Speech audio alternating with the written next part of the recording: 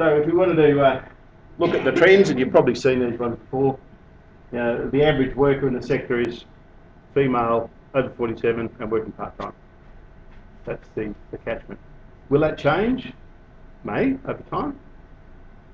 But I suspect it won't diverge enormously, but we'll see how it goes. So, but of course you get these challenges, of course.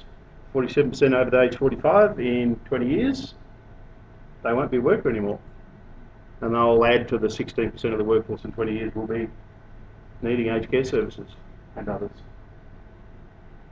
And you can see the growth. So a quarter of the workers over the next 5 years, and you can see the growth. Over the last 5 years, 20% were going to our sector. Over the next 5 years, 25% are going to our sector.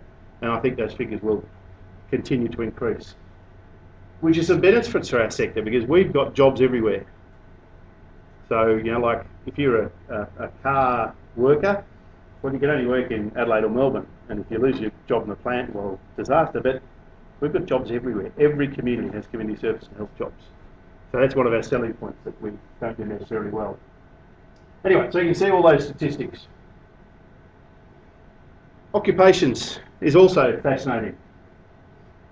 So, and I said there are 6 different data sources for registered nurse numbers.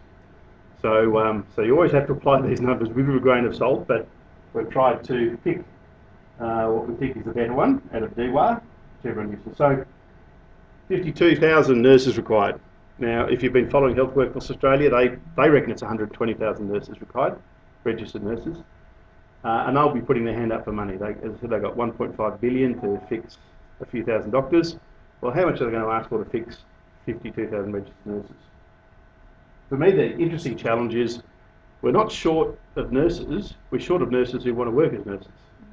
Because there are more nurses not working as nurses as there are working as nurses. So the issue is not about training and shortages, it's about leadership and culture and work environment.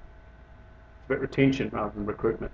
Anyway, but it's hard to get through because policymakers like to pump some training money and get more places and looking good. But of course, when you get down the list, here are the biggies. And there ain't no 1.5 billion agency set up to fix these, I can assure you. No one's even talking about it.